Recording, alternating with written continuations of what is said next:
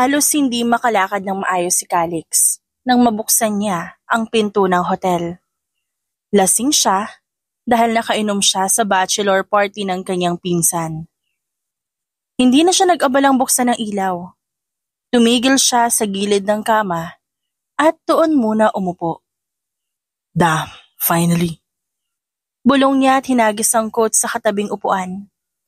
Hindi niya napansin ang maliit na bag sa sahig malapit sa kama. Tuloy-tuloy siyang humiga at pumikit. Ilang segundo pa lang ang lumipas, narinig niya ang mahinang kaluskos mula sa banyo. Halos mabitawan ng babaeng galing banyo ang dala niya nang mapansing nakahiga doon ang lalaki. Hoy! Sino ka? Gulat nitong tanong at napaatras ng bahagya. Dumilat si Calix. Napatingin siya sa babae. Pero tila hindi agad rumihistro sa kanya ang sitwasyon. You're not housekeeping? Pagod niyang bulong. Housekeeping? Hello! Kwarto ko to! Galit ngunit kinakabahang sagot nito. Sino ka ba? Napaupo si Calix at napahawak sa kanyang sentido. Bahagya pa siyang napaubo. I'm in the wrong room? I'm supposed to be in room 1603. Eh di mali nga, this is 1503. Sagot ng babae. Napatingin si Calix sa paligid. Nakakunot ang kanyang noo sa kanapailing. Shit. Mahina niyang sabi. Sorry. I didn't mean to intrude. I was really out of it. Lumapit si Yani sa side table at kinuha ang cellphone niya. Tatawagan ko ang security. You can't just... Wait. Pigil ni Calix dito. I leave. Hindi ko alam, okay? I'm drunk. I just needed a bed. Exactly. And this is not yours.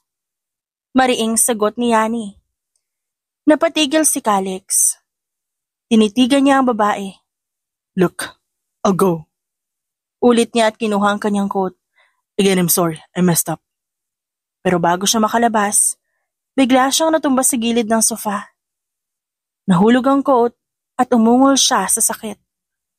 Napakunot ang noon ni Yani. Hoy, okay ka lang? Hindi agad sumagot si Calix. Huminga siya ng malalim, habang nananatiling nakaupo sa sahig. Dizziness. I didn't eat. Ani at napapikit ang mata. Napabuntong hininga si Yani. Napakamot na lang siya ng ulo, habang nakatingin sa lalaki.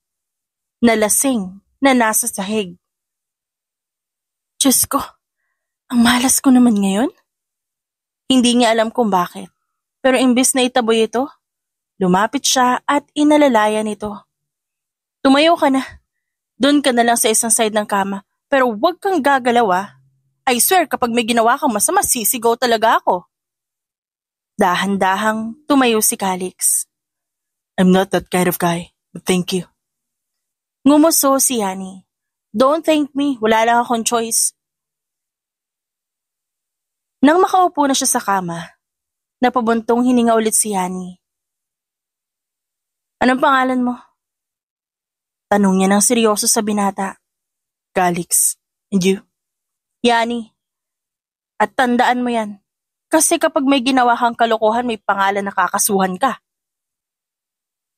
Mabigat ang ulo na nagising si Yani kinabukasan. Nanlalambot ang kanyang katawan at tila may kirot sa kanyang balakang. Saglit siyang napapikit at sinusubukang alalahanin kung ba't ganun ang pakaramdam niya. Ngunit nang humarap siya sa kabilang bahagi ng kama, wala na roon ang lalaking dumating kagabi. Napabangon siya agad. Nakabalot siya ng kumot. Ramdam ang malamig na hangin sa balat. Dahan-dahan niyang nilingon ang paligid. Magulo ang kama. Saglit siyang napahawak sa kanyang noo. Wait, was that real? Bulong niya ng mahina. Napatingin siya sa mga marka sa kanyang leeg at braso. Nag-usap lang naman kami kagabi. Pagkatapos nakatulog na ako sa kama. At pinalipat ko naman siya sa couch. Doon siya natulog. Pero paano? Tumingin siya sa sarili. At ngayon niya lang napagtantong hubot-hubad pala siya. Oh my kulay! Parang kidlat ang bilis ng pintig ng puso ni Yani. Napatalon siya mula sa kama, habang yakap pa rin ang kumot na parang dito nakasalalay ang dangal ng lahi niya. Ba't ako nakahubad? Naglakad siya pabalik-balik sa kwarto na parang baliw habang pilit inaalala ang nangyari. Nag-usap lang kami, di ba? Tapos pinatulog ko siya sa kabilang side. Couch. Couch, hindi kama. Tama, couch. Lumapit siya sa salamin at tinignan ang kanyang leeg. May kiss mark doon. Isa sa leeg, isa sa collarbone. Yani, anong ginawa mo? Ani sa sarili at napasabunot. Samantala, nakaupo sa lounge ng hotel si Calix. Agad niyang nilapitan ng isang staff ng hotel. May bitbit itong clipboard. Sir Calix, did you enjoy your stay last night? Your cousin said you'd be staying in the executive suite, but we didn't see your name in the log. Did you transfer rooms? Napaisip si Calix. Room 1603. That's where I was supposed to go. Sagot niya habang kunot ang noo. But I woke up in a different bed. Ngunit mabilis siyang umiti. Anyway, it doesn't matter. I got some rest, thank you. Yes sir, if you need anything else. No need, just send a car. Putol niya sabay tayo. Nakalipas ang 3 buwan. Wait, ilang baby daw? Tanong ni Dindi. Ang malapit na kaibigan ni Yani. Hawak-hawak niya ang straw ng milk tea. 6. Mahinang sagot ni Yani, kinakabahan. Nakayuko siya at marahang hinihimas ang tiyan. Nabitawan ni Dindi ang hawak na cup. 6? As in, 1, 2, 3 hanggang 6? Diyos ko, para ka namang vending machine, girl. Hindi napigilang mapangiti ni Yani sa reaksyon ng kaibigan. Hindi ko rin alam kung paano nangyari. Akala ko nga 2 lang eh. Kaso, yung ubi ko parang nanalo sa raffle habang binibilang sa ultrasound. Napahawak si Dindi sa dibdib. Yani, hindi yan raffle. Para kang baboy. Ese, wag mo i-cancel pero girl, seryoso? 6? 6? As in, 6 ang bibilan mo ng gatas, 6 na iiyakan ka gabi-gabi, at 6 na mag-aagawan sa atensyon mo. Eh baka naman mabaliw ka niyan, girl. Napahagalpak ng tawa si Yani. Oo na. Nagulat din naman ako, no? Pero ewan ko. Noong una ko marinig, parang gusto ko na mag-walk out sa sarili kong buhay. Pero nang nakita ko yung may hinang heartbeat nila, parang di ko may paliwanag. Para silang milagro na dumating sa buhay ko. Natahimik si Dindi ng ilang sandali. Tumitig lang siya sa kaibigan, saka marahang umiti. Gaga ka. Pero mahal kita. Kaya kahit magbenta tayo ng kidney para panggata, sasama pa rin ako. Push natin yan. Napangiti si Yani at inabot ang kamay ni Dindi. Salamat. Wala akong balak habulin yung lalaki. Ni hindi ko nga alam kung sino talaga siya. Hindi mo na maalala? As in no clue? Wala ka napansin? Amoy, accent, branding ng relo? Napaisip si Yani. May naiwan siyang relo na mamahalin. Pero binigay ko sa Lost and Found na hotel tapos wala na. Girl, baka CEO yun o anak ng sultan. Sira ulo ka. Natatawang sagot ni Yani. Sira ulo ko din kasi 6 yung anak mo. Hawak ni Calix ang cellphone habang nakaupo siya sa passenger seat ng kotse. Umiilaw ang screen sa isang notification mula sa news app na hindi niya alam kung kailan niya na-install. Walang gana niyang binuksan niyon at inaasahang puro update sa negosyo o stock market blips ang laman. Pero pagbukas niya ng article, tumambad ang isang headline. Mall sales lady, tinaguri ang hero mom at buntis ng sextuplets. May larawan sa taas ng artikulo. Isang babaeng naka-uniform ng department store at may hawak itong ultrasound photo habang pinapalakpakan na ilang tao sa event area ng mall. Natigilan si Calix. Umangat ang kilay sa nakita. Lumapit pa ang mukha niya sa screen para makasiguro. Wait a sec. Bulong niya. At unti-unting kumunot ang noo. I know this face. Mabilis niyang pinindot ang zoom. Nang makita ng mas malinaw ang imahe, napatingin siya sa kawalan. Tila may biglang kumalabit sa kanyang alaala. Shit. Bulong niya muli at umupo ng diretso. Tinawagan niya agad si Nolan, ang pinsan niya. Yo, bakit? Sagot ni Nolan sa kabilang linya. Naalala mo yung gabing pinilit mo akong pumunta sa bachelor's party mo? Of course! Akala ko hindi ka sisipot eh. Bakit? Sagot ng pinsan. Dude, I think I accidentally slept with someone. Think? So, hindi ka sure? Akala ko pa naman may asawa ka na, secretly. Sino? I just saw her photo online. Apparently, she's pregnant with 6 babies. 6? Shit! Napamura si Nolan. Di ka talaga nagpapauli, no? Isang beses lang jackpot agad. Di ko pa nga alam kung sa akin eh. Sagot ni Calix at medyo nahiya sa reaksyon ng pinsan. Pero may nangyari sa inyo? Well, I don't remember everything. But the morning after, I woke up in a room that wasn't mine. And she was there the night before. She helped me lie down kasi lasing ako. After that, blank na. But I felt different. Natawa si Nolan. Wow! Years of celibacy. At isang party lang biglang 6 magandang resulta. Congrats! Pabinyag ha. Shut up, Nolan. Anong plano mo? Wala pa. Hindi ko nga alam kung paano siya kakausapin. What if mali ako? What if hindi ako ang ama? Bro, sa itsura mong yan, saka sa timing, I doubt may ibang suspect.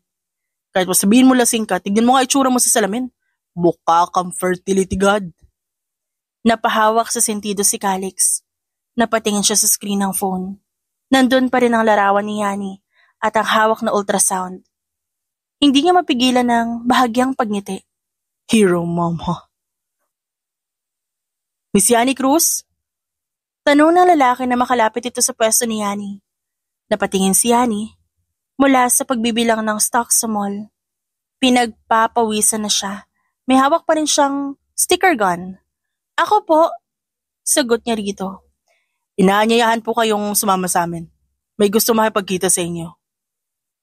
Ha? Sino raw? Ang pangalan po niya ay Calix Montañez. Natigilan si Yani. Hindi agad kumonekta sa isip niya ang pangalan. Pero nang sumakay siya sa waiting SUV at dinala sa isang private cafe, doon lang niya muling nakita ng harapan ang lalaking hindi niya inakalang makikita pa. Nakaupo si Calix sa sulok ng cafe. Habang nakakrus sa mga binti. Hawak nito ang tasa ng kape at walang ekspresyon na muka. Hi. Mahinang bati niya kay Yani. Sorry kung nagulat ka. Tumigil si Yani ilang hakbang mula sa mesa. Napatda siya at namilog ang mga mata. Wait, ikaw? Oh my God, ikaw nga! Agad niyang tinakpan ng bibig dahil hindi niya inaasahan na magkikita ulit sila ng lalaki. Please, sit down. Paanyaya nito. Hindi agad gumalaw si Yani. Tila nagdadalawang isip siya. Pero sa huli lumapit siya at naupo ng dahan-dahan. Narinig ko yung pangalan mo. Hindi ko inaasahan na mayaman ka pala talaga. Billionaire pa. Napakamot si Calix sa kanyang batok. I guess that's true. Pero hindi yan ang mahalaga ngayon. Umupo si Yani ng dahan-dahan. So, nalaman mo. Tumango si Calix. Nakita ko yung article sa social media. Then I remember that night. Everything else was fuzzy. But I know, I was with you. Ramdam ni Yani ang tibok ng dibdib niya. Hindi niya alam kung anong mararamdaman niya sa mga oras na yon. I'm not here to complicate your life. I just want to offer support. Support? Financial. I can provide a house, a nanny, private doctor, car, security. Lahat. I want to be a good father. Pero, tumigil siya saglit at naging seryoso ang tingin. I don't believe in marriage or love. I'm not built for that. Napakurap si Yani sa huling sinabi nito. So gusto mo suportahan ang mga anak natin, pero hindi mo ako pakakasalan. Hindi ka magiging partner ko. Correct. Sagot ni Calix. I'll be present, I'll provide, but I don't want to be in a relationship. That's my condition. Ramdam ni Yani na umikot ang mundo niya. Pero nang maalala niya mga ultrasound photos na nakaipit sa pitaka, bigla siyang natahimik. Hindi niya ito gagawin para sa sariling kapakanan, kundi para ito sa 6 na buhay na darating. Kailangan niyang magdesisyon Okay, pumapayag ako. Lumapit si Yanis sa isang malapalasyong mansyon sa labas ng syudad. Ibinigay ni Calix ang isang guest house sa likod ng main house. Pero kahit gaano ito kaganda, alam ni Yani ang kasunduan.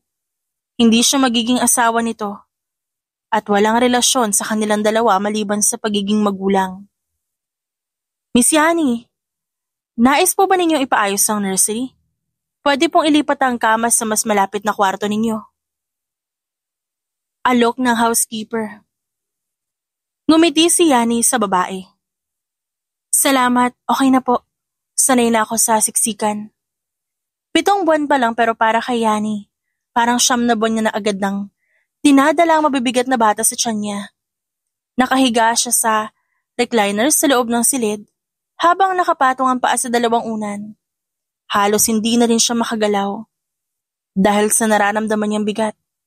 Nilalabanan niya ang antok pero mas malakas ang kirot sa likod at tadyak ng 6 na sanggol sa loob ng kanyang tiyan. Aray, teka lang. Mga anak, isa-isa lang. Bulong niya habang hinahaplos ang tiyan. Sa tabi ng kama, may mga tray ng fresh fruits, vitamins at tubig. Hindi pa niya ito nagagalaw. Wala siyang ganang kumain. Wala rin siyang energy para bumangon. Maya-maya, bumukas ang pinto at sumilip si Dindi. May bitbit itong paper bag. Guess who brought your favorite taho? Masiglang bati nito. Napahikbi si Yani dahil pagod na siya. Parang gusto niya nang sumuko. Pero kailangan niyang lumaban para sa mga anak niya.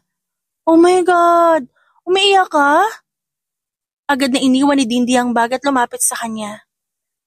Sorry ang babaw ko pero ang bigat-bigat na kasi. Nanginginig ang boses ni Yani na wika. Umupo si Dindi sa gilid ng kama at agad siyang niyakap. Shh, I know. Hindi yan mababaw. 6 yan, girl. 6 at hindi ka robot, no? Tapos, si Calix kahit minsan di mo lang sumilip, ni text wala. Nagangat ang kilay si Dindi. Hala siya. Di ba nga sabi niya, I want no complications. I'll just support you financially, blah blah blah. Old boy quotes. Hindi ba kahit paano ama pa rin siya? Kahit hi lang? Kahit 5 minuto lang na, kamusta ka na? Buntis na, ka-situationship ko, ganun. Sumbat na natin sa group chat. Biro ni Dindi, sabay inabot ang tisyo kay Yani. Natawa si Yani kahit pa namumugto ang mata. Baka i-block pa tayo. Pero seryoso, kung gusto mo sagurin natin siya, pero sa sobrang laki ng tiyan mo, baka ako lang makapagsalita. Ikaw, visual threat ka lang. Hayop ka. Natatawang sagot ni Yani. Ngunit kahit pa nagbibiroan sila, hindi niya may tatanggi na sasaktan siya. Dahil parang wala namang pakialam si Calix sa kalagayan niya. Miss Yani? Sigaw ng isa sa mga staff. May delivery po galing kay Sir Calix. Napairap si Dindi. Ayun na, baka bagong recliner o bagong refrigerator. Napabuntong hininga si Yani. Pera na naman at regalo. Ayaw niyang harapin yung tunay na responsibilidad. Madaling araw na at mahimbing na natutulog si Yani. Ang malaki niyang tiyan ay bahagyang nakalabas sa ilalim ng kumot. Dahan-dahang bumukas ang pinto ng kanyang silid. Isang anino ang pumasok. Nilapitan ni Calix ang kama at huminto sa gilid nito habang tinititigan si Yani. Marahan siyang umupo sa maliit na upuan sa tabi ng kama. Umusod ng bahagya ang ilaw mula sa hallway, kaya't naaninag niya ang anyo ng malaki at bilugang tiyan ni Yani. Hay. Mahinang bulong niya. Inilagay niya ang stuffed toy sa bedside table. Saka siya dahan-dahang yumuko para titigan ang tiyan ni Yani. Okay. So, we met again. Mahina niyang sabi na parang kinakausap ang mga sanggol. Alam kong hindi niyo pa ako naririnig ng malinaw pero I am your dad. This is awkward, I know. Saglit siyang natawa sa sarili. And I'm sorry kung ngayon lang ako dumadalaw. I mean, gabi-gabi pala ako dito pero Hindi sa paraan na alam ng mami niyo. Tumingin siya kay Yani na mahimbing pa ring natutulog. Marahang hinaplos ni Calix ang gilid ng kumot pero hindi siya nangahas na hawakan si Yani mismo. Hindi ko alam kung anong ginagawa ko. Hindi ko rin alam kung karapat-dapat ako. Pero pinapanood ko siya gabi-gabi. Ang hirap ng pinagdadaanan niya. Huminga siya ng malalim. Medyo namuo ang luha sa kanyang mga mata pero mabilis niya itong pinigilan. Kung pwede ko lang akuin lahat ng sakit. Kung pwede lang na ako ang mahirapan. Pero ang mami niyo, matapang. Matigas ang ulo. Oo, pero matapang. Hinaplos niya sandali ang tiyan ng dahan-dahan para hindi magising si Yani. Please, kapag lumabas na kayo, huwag niyo siyang pahirapan ha. Be nice. Huwag sabay-sabay iiyak. At please, huwag kayong sumunod sa commitment issues ko. Tumayo na siya at marahang inayos ang suot at muling tumingin kay Yani. Thank you for carrying them. For doing what I don't even have the guts to face head-on. Umuulan ng bahagya nang tulak-tulak ni Calix ang wheelchair ni Yani palabas ng guest house at papunta ng kotse. Nanginginig ang kamay niya habang binubuksan ang pinto. Si Yani naman ay namumutla, pawis na pawis at parang hindi na makapagsalita. Yani, konti na lang. We're almost at the car. Mahinang sabi ni Calix. Masakit na yung tiyan ko, parang sumasakal sa loob. Saad ni Yani at kumakapit sa braso niya. Hindi pa ito ang due date mo. You're only at week 32. Pagkarating sa ospital, si Calix mismo ang nagdala sa kanya sa emergency room. Nakasuot pa siya ng hoodie at basang-basang pantalon pero wala siyang pakialam. Ang tanging mahalaga sa kanya ay ang babaeng hirap na hirap sa kanyang harapan. Emergency OB, please. She is 32 weeks pregnant with 6 babies. Aniya sa nurse na agad tumakbo palapit.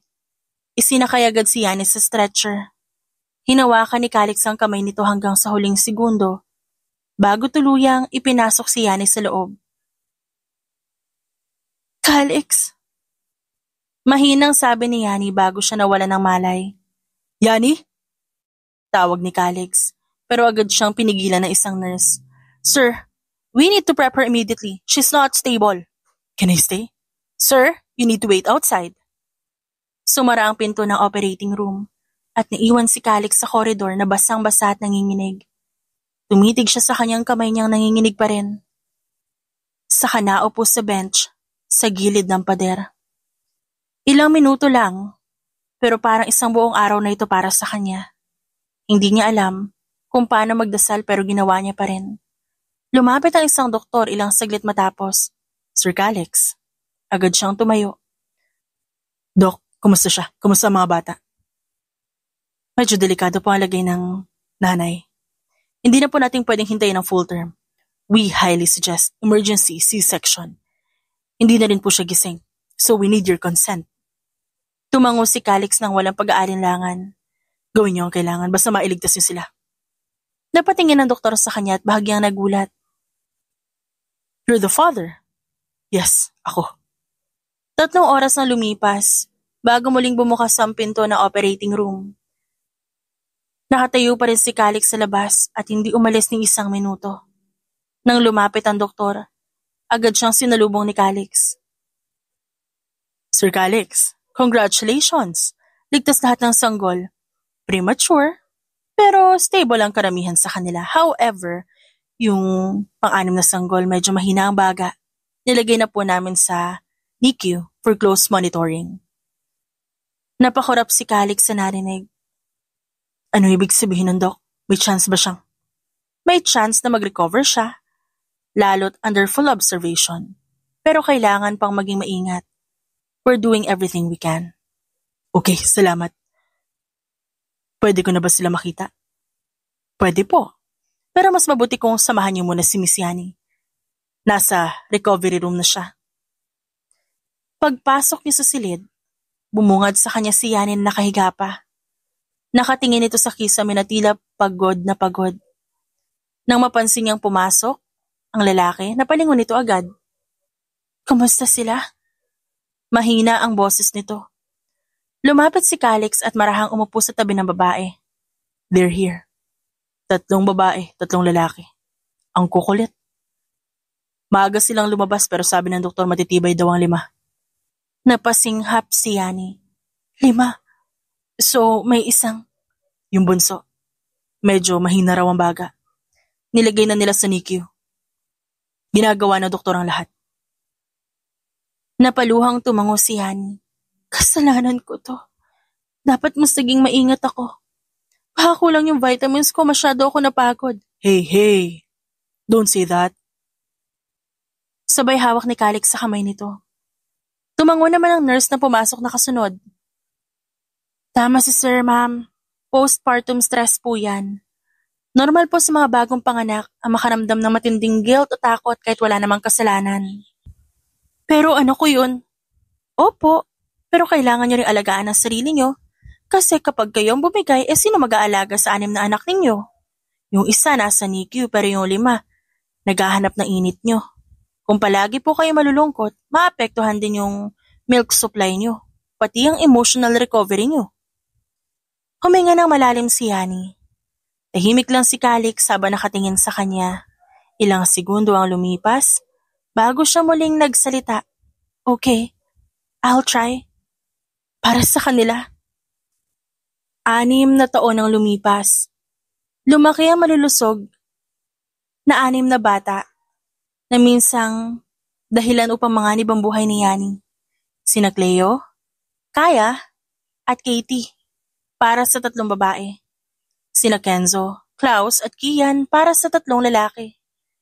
Maayos ang takbo ng co-parenting nila ni Calix. Hatid sundo sa check-up, salitan sa feeding schedule noong sanggol pa. At ngayon, kahit may mga yaya na, palaging may oras si Calix sa mga bata. Pero hanggang doon lang. Si Dindy, na matalik niyang kaibigan, naging opisyal na ninang ng bayan. Tuwing weekend laging present sa playdates, birthday o kahit emergency. Ang saya niyong tingnan, no? Sabi ni Dindy habang pinapanood si Calix na binuhat ang 3 bata sa magkabilang braso. Ang alin? Tanong ni Yani. Kayo? Para kayong mag-asawa na hindi lang aware na kasal na pala kayo spiritually. Tukso ni Dindy. Grabe ka. Hindi niya nga ako hinahalikan, no?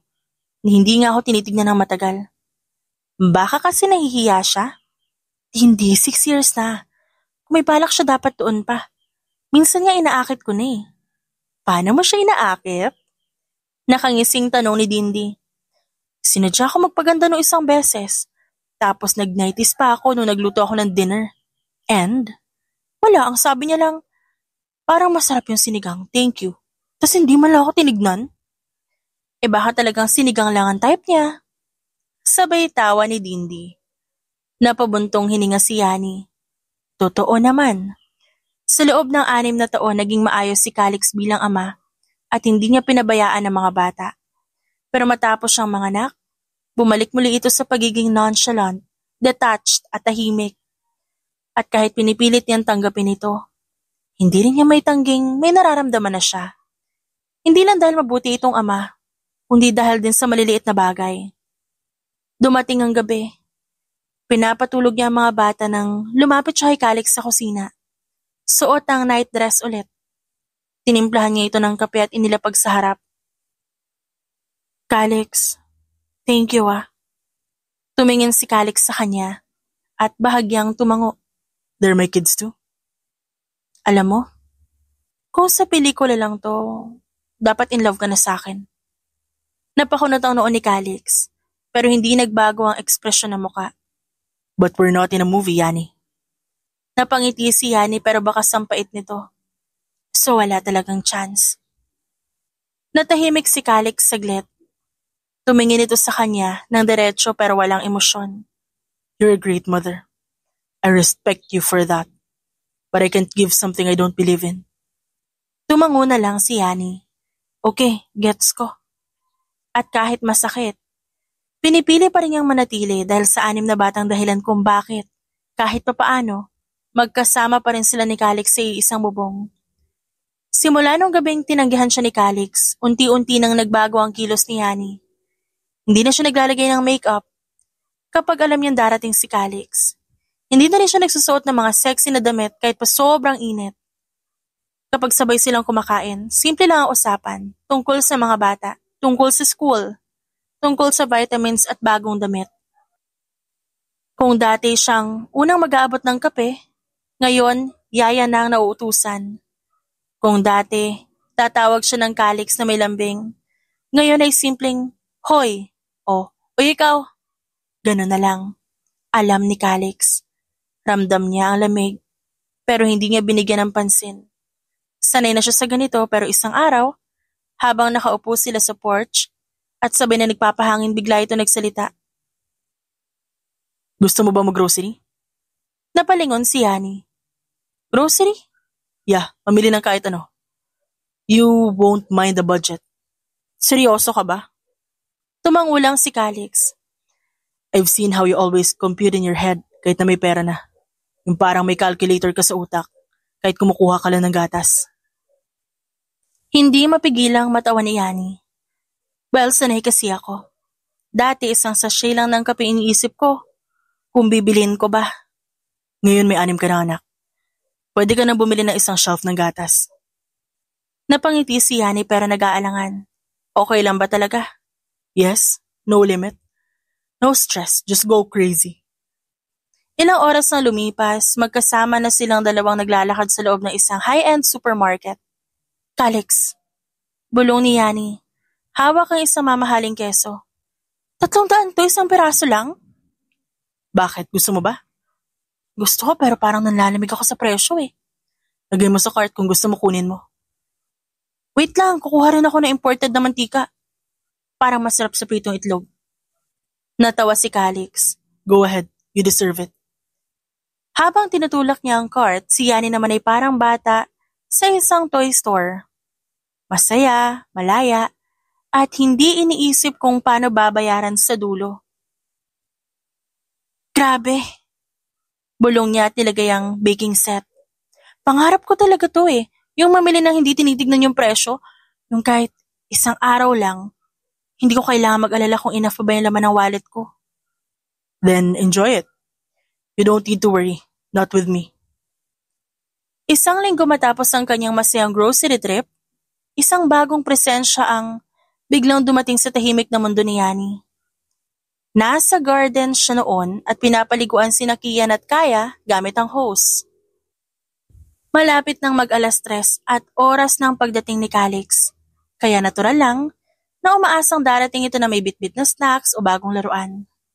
Pero hindi si Calix ang unang dumating. Isang matte black na sasakyan ang huminto sa harap ng gate at mula rito, bumaba ang isang babaeng matangkad. Suot nito ang designer sunglasses at pulang bestida at bawat takbang parang sinasadya para iparinig. Agad na napahinto si Yani. Nagtama ang kanilang paningin. Hello! Ikaw siguro si Yani? Wika ng babae ng may matamis na ngiti pero malamig ang tono. I'm Lorene. Hindi pa man nagsasalita si Yani, naramdaman niya na ang kaba sa dibdib. Ang pangalan na yon, minsan ang nabanggit ni Dindi. Minsan na rin hindi sinasadyang lumabas sa bibig ni Calix noon. Ang ex-fiancé ng lalaki. Ano pong kailangan niyo? Tanong ni Yani ng mahinahon ng tinig. I'm here for Calix. Nagkita kami ulit 2 days ago and I realized I never stopped loving him at mukhang siya rin. Napakurap si Yani. Talaga? Ganun kabilis? Let's not pretend. You're just the mother of his kids, right? Hindi naman kayo. Pero kami ang pamilya niya. Mariing sagot ni Yani. Are you really though? Ilang taon na kayong magkasama pero hindi ka man lang niya niligawan. You think that's normal? Or maybe he was just waiting for the right woman to come back. Bago pa makasagot si Yani, dumating ang isa pang sasakyan. Bumaba si Calix at ang puso ni Yani ay tila napahinto. Naglakad si Calix papunta sa kanila. Napatingin siya kay Lorene. Pagkatapos ay kay Yani, nanuoy tahimik lang na nakatingin sa kanya. Calix! Masayang tawag ni Lorene. I told her na nagkita ulit tayo. Do you remember the dinner that we had? Tumango si Calix. Yes. Then I told her the truth that I still love you and you didn't exactly push me away. Nakatitig lamang si Calix kay Lorene. Nang magtagal, tumingin siya kay Yani. Yani, Wag na. Putol ni Yani. Gets ko na. can we talk? Di na. You don't owe me anything, diba? You've made your choice. Lumapit siya sa mga bata. Pinuhat niya si Kaya, na noon ay basa pa rin at naglalaro. Niyakap niya ito. Kahit ang totoo ay gusto niya nang gumuho sa lupa. Doon niya napatunayan na hindi sapat ang pagiging ina ng 6. Kung puso ng ama ay nasa iba pa ring babae. Tahimik lang si Calix habang pinagmamasdan siyang papasok sa bahay. Si Lorene ay muling lumapit sa kanya at hinawakan ang braso niya. You're doing the right thing, Calix. Bulong ni Lorene, pero hindi siya sumagot. Sapagkat kahit pinili niya ang babae mula sa nakaraan, pakiramdam niya may nawala sa kasalukuyan na hindi niya na basta-basta mababawi. Lumipas ang mga araw nang muling pumasok si Lorene sa buhay nila at hindi ito basta-basta umalis. Madalas na siyang makita sa mansyon, minsan kasama si Calix sa terrace, sa kotse at minsan palihim na nakatitig kay Yani na para bang inaasahan nitong matitinag siya. Pero mali ang inaasahan ni Lorene. Isang hapon, habang naglalaro ang sextuplets sa garden, lumapit si Lorene kay Yani na nooy abala sa pagtutupi ng mga damit ng mga bata sa balkonahe. Maganda ang araw, di ba? Ani Lorene, na may kasamang pailalim ng ngiti. Perfect for letting go of things that don't belong to us. Tahimik lang si Yani na tinutupi ang pajama ni Cleo. Talaga, kaya ka ba nandito? Napakorap si Lorene dahil hindi niya inaasahan ang sagot. Don't get me wrong. Dagdag ni Yani at maingat na isinalansan ng damit sa basket. Wala akong balak agawan ka. Kung gusto kanyang balikan, okay. Pero wag na wag mo iisipin na kaya mo akong yurakan sa harap ng sarili kong mga anak. Pilit ang ngiti ni Lorene ang sumagot. You're very brave. Pero minsan masakit tanggapin na kahit ilang taon na kayo magkasama, hindi pa rin ikaw ang pinili. Hindi ako ang pinili, oo. Pero ako ang nagluwal ng 6 na buhay mula sa katawan ko. Ako ang nagtiis ng sakit habang pinapadede yung mga anak ko. Ako ang hindi natulog ng ilang buwan. Ako ang kasama ng mga bata sa bawat lagnat, iyak at tawa. Kaya kung sa tingin mo talo ako, check your math again. Natahimik si Lorene. Pero bago pa siya makasagot, dumating si Calix, bitbit ang tablet at mukhang kagagaling lang sa meeting. Napansin niya magkasama ang dalawa at agad siyang lumapit. Is everything okay? Ngumiti si Yani ng mapait. Yes. Nagkukwentuhan lang kami ni Miss Closure. Napalingon si Calix kay Lorene, halatang nagulat sa sinabi ni Yani. Calix, biglang sabat ni Yani, nang diretso at walang pag-aalinlangan ng tinig. Alam mo ba ilang beses kong gustong sampalin ka? Dahil pinili mong balikan yung iniwan ka rin naman nun? Nagulat si Lorene, pero mas nagulat si Calix sa tapang ng boses ni Yani. Pero hindi ko ginawa. Kasi alam ko hindi mo kayang harapin yung totoo. Takot ka sa commitment, takot kang magmahal ng totoo. Mas pinili mong bumalik sa komportableng sakit kaysa harapin ang responsibilidad mo ngayon. Tumahimik si Calix. Tumalikod si Yani at kinuha ang basket ng mga pinatuyong damit. Kung nandito ka, para lang magpakamartir sa harap ng ex mo, good luck. Pero ako, busy ako sa 6 na buhay na pinili ko. At kahit kailan hindi ako naging option lang.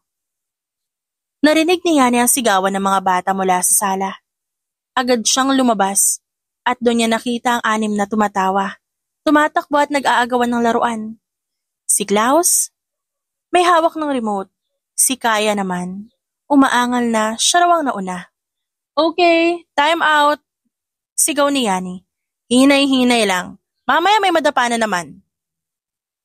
Pero bago pa niya mapigilan ang gulo, biglang nagsalita si Lorene mula sa gilid ng sala. Mukhang hindi ito sanay sa ingay ng mga bata.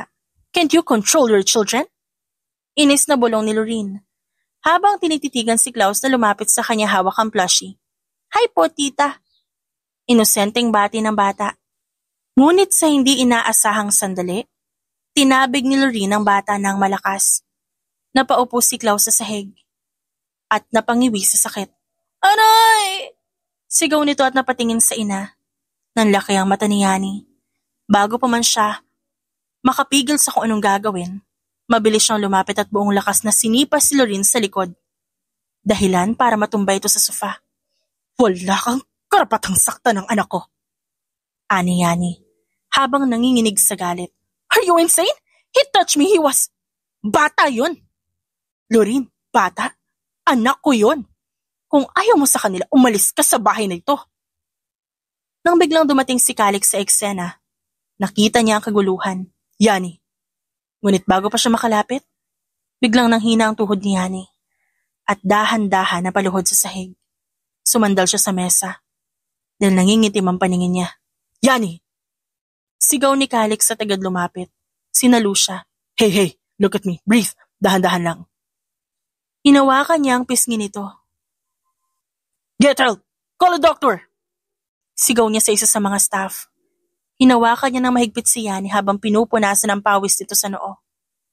Habang nagmamadali ang mga yaya at isa sa mga nurse ng bahay, tahimik lang si Lorin sa tabi.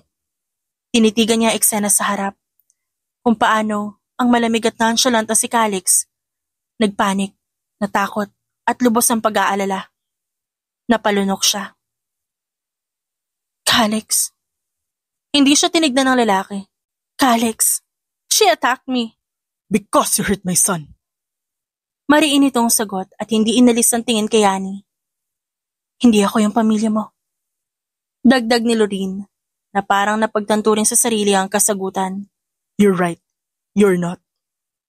Nagkatinginan sila at doon napagtanto ni Lorin na kahit anong pilit niya, wala na siyang puwang sa buhay ng lalaking minsang naging kanya. You're choosing her. I'm choosing my family. Walang pag-aalinlang ang sagot ni Calix. Napaiyak si Lorin, pero wala na siyang nasabi pa. Tumalikod siya at tuluyang umalis. Nang dumating ang doktor at masigurong ligtas si Yani, dinala siya sa kanyang silid para makapagpahinga. Buong gabing hindi siya iniwan ni Calix. Nakaupo lang sa tabi ng kama habang hawak ang kamay nito. Mahinang bulong ang binitiwan ni Calix.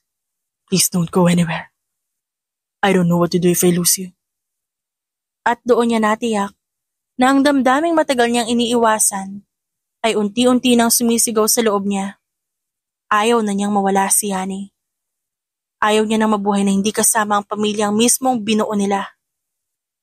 Makalipas ng ilang araw na insidente, tuluyan na umalis si Lorin. Simula noon, napansin ni Yani ang pagbabagong kilos ni Calix. Hindi na ito ganun katahimik, madalas na siya nitong lapitan. Pero imbis na mapansin niya ito, tila naging bato siya. Wala siyang reaksyon sa mga ginagawa nito. Hindi niya alam kung awa lang ang dahilan ng biglang pagbabago ng lalaki. Kung dahil ba sa guilt ni Calix, o baka dahil pagod na rin siya. Sa dami ng sakit na naranasan niya, tila nawala na siya ng gana. At hindi ito nakaligtas sa mga bata. Sa kwarto na sextuplet isang hapon, naglalaro sila ng mga stuffed toys nang napahinto si Cleo habang tinititigan ang pintuan. Napansin niyo ba si Mommy? Tanong niya. Oo. Sagot ni Kenzo na may hawak na laro ang kotse. Di na siya tumatawa kapag kausap si Daddy. Dati kahit di naman nakakatawa si Daddy, tawa siya ng tawa. Hindi na rin sila sabay mag-juice. Dagdag ni Kaya na nooy abala sa pag-aayos ng tea party nila. Tingin ko, kasalanan ng babaeng parang snake. Ani Klaus na seryoso ang muka. Yung laging may sunglasses kahit nasa loob naman ng bahay. Lorin ata pangalan nun. Sabi ni Kian, di ko siya like. Amoy siyang parang bulaklak na amoy lola. Di lang yun Tinulak niya si Kaya, pati di ba si Klaus? Saad ni Katie, I hurt her. Super. Guys, sabat ni Cleo, habang nakataas ang kamay. Let's make Mommy smile again. I want the old her, yung kwelang Mommy.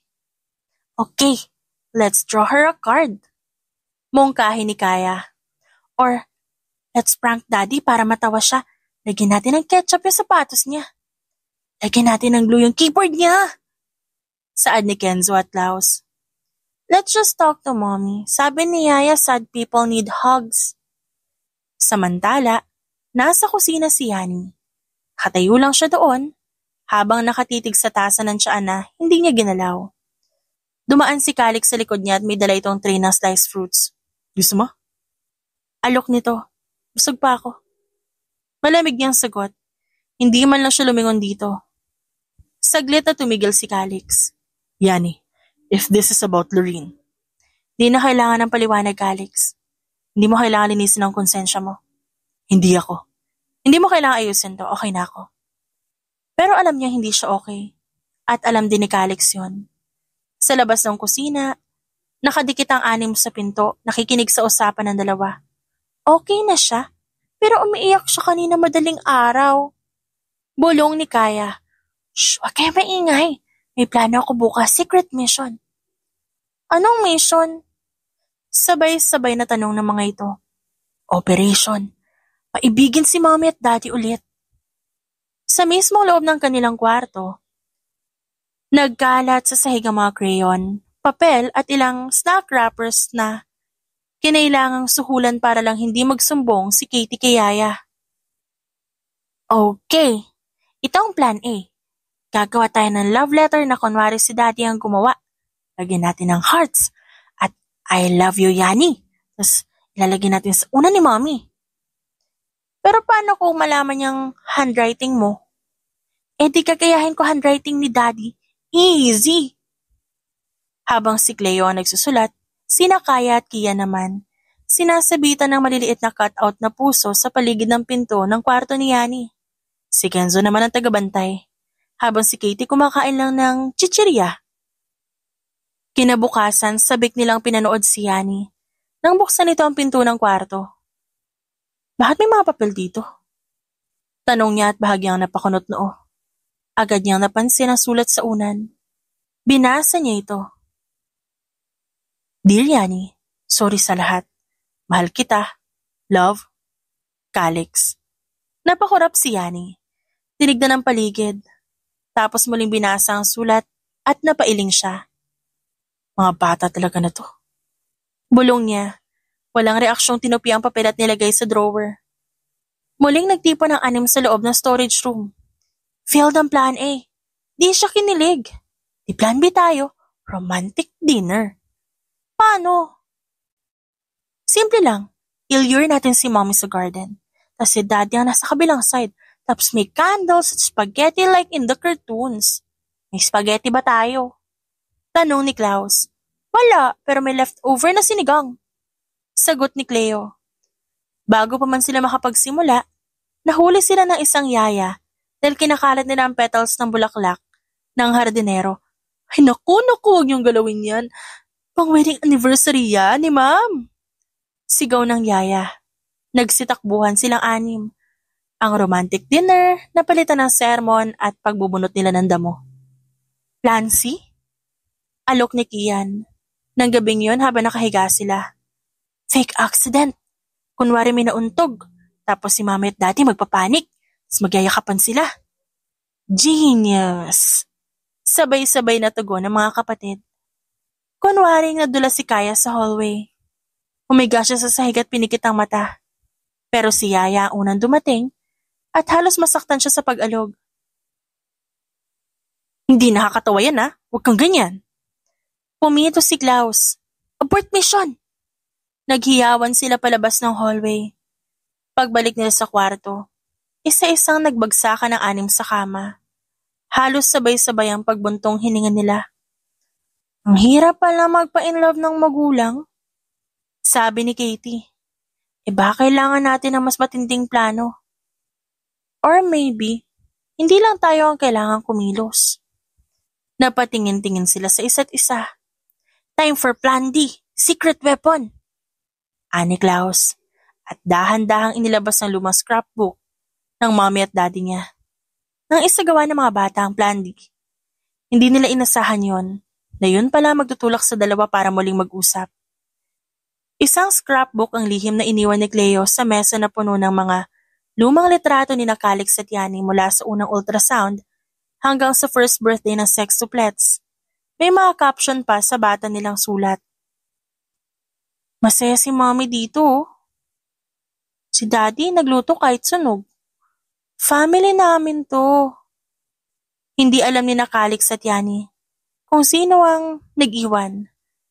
Pero pareho nilang nabuklat ang pahina. Naalala mo to? Tanong ni Calix habang hawak ang isang litrato ni Yani. Nahawak ang 6 na bote ng gatas. Napangiti si Yani doon. Oo. Yan yung araw na walang tulog, walang ligo at isang kutsarang kanin lang ang nakakain ko. Pero nakangiti ka pa rin. Sanay na siguro. Tahimik ang sumunod na sandali. Pasensya ka na. Kung minsan, ang tagal ko maintindihan ko ano talaga ang mahalaga. Tumangulang si Yani. Okay lang. Di naman lahat agad-agad natututunan. You're part of my life now. Kahit di naging madali. Kahit maraming sablay, ikaw at ang mga bata, hindi ko na kaya mawala. Sapat na yun, Calix. Salamat. At sa pintuan ng sala nakasilip ang 6 na bata. Mission success! Bulong ni Kenzo. Pinapainom ni Yani ng gatas si Klaus. Nang napansin niya may dumaan sa likod niya. May dalang isang tray na may 3 mangkok ng ramen si Calix. Nag-dinner ka na ba? Tanong nito bigla. Hindi pa. Gusto mo ng sinangag? Hindi. Gusto ko sabay na tayo kumain. I ordered the ramen. Saan mo in order? Tanong niya sabay buhat kay Klaus. Sa suki kong chef. Mas mabilis pa sa delivery kasi ang service nila. Sige na nga, tikman natin yan. Habang kumakain sila, biglang nagsalita si Calix. Habang nakatitig sa chopsticks na hawak. Yani, if I ask you on a date, will you say no? Napangiwi si Yani dahil sobrang random ng tanong. Okay ka lang? Hindi ka nilalagnat? Sabay lapit ng palad sa noo ng lalaki. Normal ako. This is me courting you. Napahinto si Yani habang umunguya ng ramen. Teka lang! Aniya. Sabay lagay ng chopstick sa gilid ng mangkok. Nililigawan mo na ako? Tumangulang si Calix. Hindi ba medyo late na para sa panliligaw? I mean, we already have 6 kids. I know. Pero kung iniisip mong ginagawa ko to dahil responsibilidad ko, no. I'm doing this because I want to. Because you matter. Nagpakawala si Yani ng maikling tawa. You want the truth? Always. Hindi na ako naniniwala sa'yo. Napakurap si Calix. Hindi siya sanay na marinig yun ng diretsyo. Why? Because when I needed you the most, you were emotionally unavailable. Nandun ka physically, yes. Pero para kang multo sa sarili mong buhay. Tahimik ka, matino ka, pero parang wala ka pa rin. Yani, hayaan mo na ako magsalita. Gusto ko ng malinaw. I'm tired of trying to guess kung saan ba talaga ang lugar ko sa buhay mo. Then let me answer that now. Sa gitna. Saglit na napatitig si Yani sa lalaki. You think one line can fix everything? No? Pero sana makatulong yan. Na makikita mo nagsisimula na ako magbago. Hindi ko alam kung paano ang tamang panliligaw sa isang babaeng nabuntis ko habang lasing ako. Pero alam ko ang gusto ko at ikaw yun. And I want to earn your trust. Alam mo ba kung ano yung pinaka nakakapagod? Hindi, pero gusto ko malaman. Ikaw ang nagmamahal. Ikaw lang ang umaasa. Ikaw lang ang may plano habang yung isa nasa nakaraan pa rin. Hindi sumagot si Calix. Then, let's not rush it. Hindi kita pipilitin. Hindi kita pangungunahan. Pero liligawan pa rin kita. Kahit ilang taon pa yan. I'll take the rejection, the sarcasm, the doubts. Basta sa dulo sana bigyan mo ako ng chance. Tila nabitin sa hangin ang sagot ni Yani. Wala siyang binitiwang salita, pero kinuha niya ang chopsticks, tumikim ulit ng ramen at mahinang umiling. Di ka talaga marunong pumili ng timing, Calix. Sabay na hinatid ni Yani at Calix ang sextuplet sa play school. Habang hinihintay ang van sa porch, bahagyang hinawakan ni Calix ang bewang ni Yani at bumulong.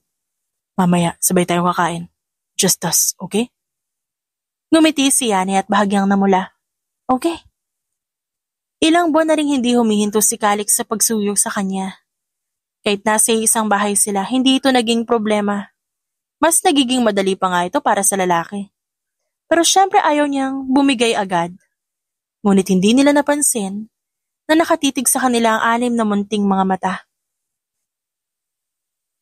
Wait lang, ba't may pahawak kamay? Anik Leo at Kenzo. Si Daddy may hawak sa kamay ni Mommy. Lagi kang tahimik, Daddy. Ba't kayo ng sweet mo? Saad ni Kaya. May sakit ka ba, Daddy? Kailangan mo po ba ng gatas? Natawa si Yani at napaupo sa harap ng mga bata. Wala namang sakit si Daddy. Masaya lang siya ngayon. Bakit po? Napatikim si Calix at hinarap ang mga bata. Ano kasi, gusto ko lang maging mas mabuting daddy. At mas mabuting lalaki para sa mommy niyo. Nagpa siya si Yani na bumisita sa dati niyang pinagtatrabahuhan. Ang department store kung saan siya naging sales lady sa loob ng halos 6 na taon. Bitbit ang 2 paper bag ng pasalubong, sinamahan siya ni Calix, na noon ay naka-casual lang ngunit hindi pa rin may tatangging may dating. Pagdating nila sa mall, agad na bumungad ang dating kasamahan ni Yani sa ladies accessory section. Yani! Sigaw ni Maris. At niyakap siya nito ng mahigpit. Grabe ka, parang hindi ka nanganak ng 6, mas sexy mo pa din ah. Oo nga. Segunda ni Tere. At sino tong kasama mo? Sinulya pa nito si Calix, nakasalukuyang abala sa cellphone. Si Calix. Siya ba yung amo mo? Ang pogi, te. Napakamot si Yani ng bato. Di ko siya amo. Ay! So jowa mo. Nagkatinginan ng mga kasamahan niya at sabay-sabay na nagtataasan ng kilay. Hindi rin. Siya ang ama ng mga anak ko. Paki-explain nga, Yans. Sabi ni Tere. Kung siya ang ama ng mga anak mo, dapat asawa mo na siya ngayon, hindi boyfriend lang. Ano to? Modern family? Ngumiti si Yani. Hindi niya alam kung paano ipapaliwanag ang komplikadong setup nila ni Calix. Hindi naman to sikreto, pero hindi niya rin gusto ang judgment sa mga mata ng iba. Complicated. Pero masaya ang mga bata at maayos naman kami. Hay nako, kung ako yan, niligpit ko na yung lalaki. 6 kids, abay dapat kasal ka na ngayon. Di naman lahat ng relasyon kailangan ng papel. Nagkatinginan ng mga sales lady. Pagkatapos na ilang segundo, ngumiti si Yani. O siya, wag na tayong magseryoso. Dinalan ko kayo na ensaymada at tsokolate. Saan tayo pwedeng umupo? Biglang nagtawanan ulit ang grupo. At dali-daling inaya si Yani sa pantry sa likod. Yani, nasan yung file na pinascan mo kahapon? Tanong ni Calix habang nakasilip sa pintuan ng home office. Suot pa rin niya ang pajama kahit pasado 10:00 na ng umaga. Sa drawer, yun nasa taas. Huwag mo nga akong gulatin. Sagot ni Yani habang hawak ang stapler, pero napangiwi nang makita ang buhok ni Calix na magulo. At may isang clip na design ng unicorn na galing sa isa sa mga anak. Wait, ano yung nasa buhok mo? Pinipigilan niyang tumawa sa itsura ng lalaki. Ha? Wala. Seryoso ka ba? May unicorn clip ka? Agad siyang lumapit at tinanggal to. Si Kaya na naman to, no? Natulog ka ba kasama siya? Di ko alam, okay. Nagising na lang ako, ganito na. Napailing si Yani habang nakangiti. Pero bago siya makabalik sa ginagawa, bigla siyang hinila ni Calix sa bewang. Hoy! Hindi pa ba obvious? Sinasadya ko ipahanap yung file para makalapit sa'yo? Napahagat labi si Yani at umirap dito. Pakawalan mo nga ako. May ginagawa ako. 5 seconds lang. Mahina ang boses ni Calix habang dahan-dahang nilapit ang mukha sa babae. Bakit 5 seconds lang? Kasi baka pumasok yung 6, nauwak, at magsumbong kay Yaya. Bumungis-ngis si Yani. Isa ka rin talagang sira. Pero bago siya makalayo, bigla siyang hinalikan ni Calix sa pisngi ng mabilis. Pero sapat para mamula siya. Calix! Accident yun. Pero kung gusto mong ulitin, baka suntukin kita. Sagot niya at tinulak ito pa atras. Paglabas ni Calix, narinig nila ang bulungan mula sa hallway. Guys, did you hear that? Yes! Daddy kiss mommy! Muntik na maglanding sa lips! Saad ni Cleo. Mahimbing na natutulog ang 6 na bata sa kanilang mga kwarto. Nakaupo naman si Yani sa gilid ng kama nila ni Calix. Suot niya ang lumang oversized shirt na madalas niyang ginagamit kapag gusto niyang maging komportable. Tumingin siya sa digital calendar sa phone. 1 taon na silang opisyal ni Calix. Sa paningin ng lahat, parang mag-asawa na talaga sila. Pero hindi pa yata sigurado si Calix na pakakasalan siya. Naalala niya bigla ang sinabi nito noon. Sa unang araw ng kanilang kasunduan, bagamat nagbago na ang takbo ng pangyayari, at halatang mahal siya ng lalaki dahil ramdam niya yon, pero hindi pa rin mabaglit sa isipan niya ang pag-aalinlangan. At parang siya lang umaasang may kasunod pa to. Bumukas ang pinto ng banyo at lumabas si Calix na bagong ligo at tuwalya lang ang nakasampay sa leeg. Napatigil ito nang makita si Yani. Something wrong? Tanong nito habang nagpupunas ng buhok. Wala. Iniisip ko lang. Lumapit si Calix at umupo sa tabi niya. Don't lie. You only stare at the wall. Like that, kapag may inisip ka malalim. Napabuntong hininga si Yani. Calix, 1 year na tayo, diba? Technically, yes. Emotionally feels like 10. Do you still believe na walang saysay ang kasal? Marahang tanong ni Yani. Hindi agad sumagot si Calix. Tumitig siya sa kanya ng seryoso. I'm not sure. I've always thought na ang pagmamahal hindi nasusukat sa papel. Pero lately, may mga gabi na iniisip ko kung di ba unfair na ako kung takot ka habang ako naguguluhan. Sa ating dalawa, ikaw ang laging lumalaban. Natahimik si Yani. Ayaw niyang umiyak pero nararamdaman niyang napuno na siya ng katanungan sa isip. Alam mo, di ko kailangan ng malaking kasal.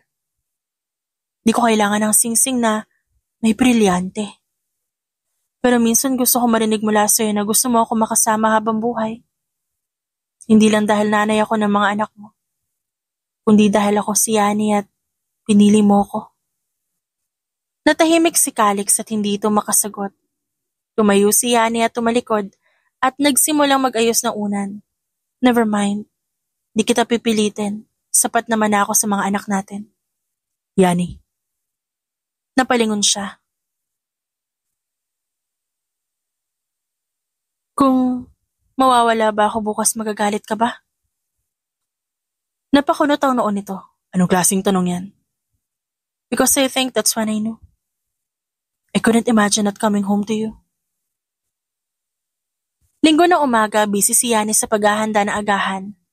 Habang ang 6 na bata ay tila mas masigla kaysa karaniwan. Paikot-ikot si Kenzo sa kusina at may hawak pang malaking kartulina. Habang si Katie at Kaya, panay ang bulong sa isa't isa. Sina Cleo at Laos at Kian, tahimik pero kapansin-pansin ang pagkakabit ng mga kulay na stickers sa hallway na parang treasure trail.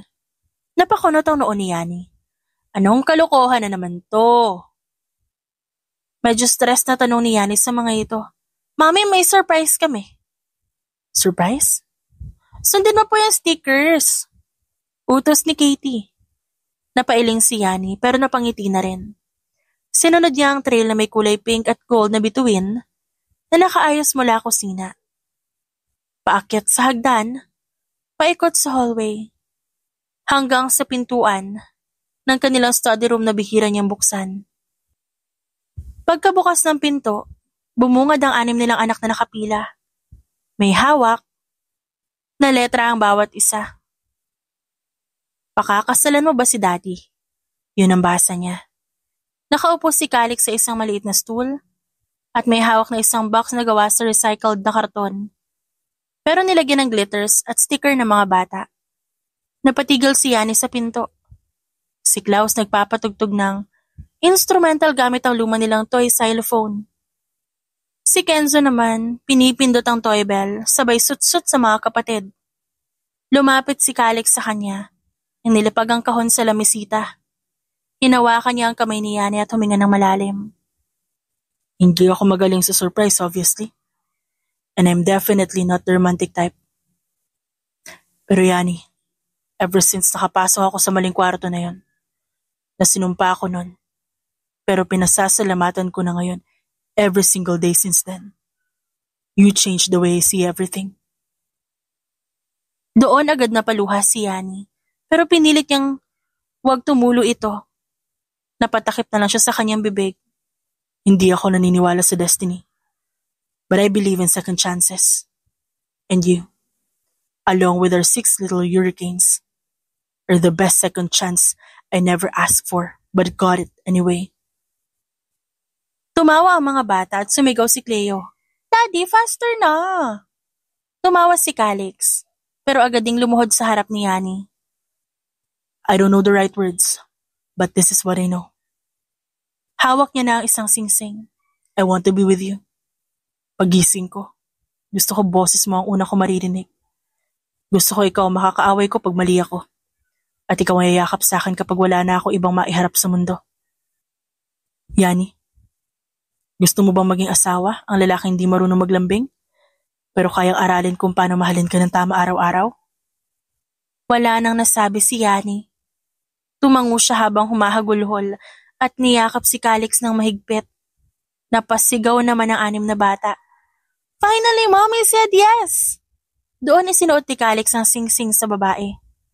Wala na ako ibang hihilingin. Ikaw lang, kayo lang. Ang kasal ay ginanap sa isang exclusive glass pavilion sa isang cliffside resort sa Tagaytay na pagmamay-ari mismo ni Calix. Pero hindi ito ang karaniwang kasal. Ito ang kakaibang wedding ng taon dahil may 6 na batang major sponsor na mas hyper-pack kaysa sa wedding planner. Ayusin niyo yung suot niyo! Sabay sigaw ni Yani kay Kenzo at Klaus na parehong may icing sa bibig dahil nakapuslit ng cupcake bago magsimula ang seremonya. Gutom na kami!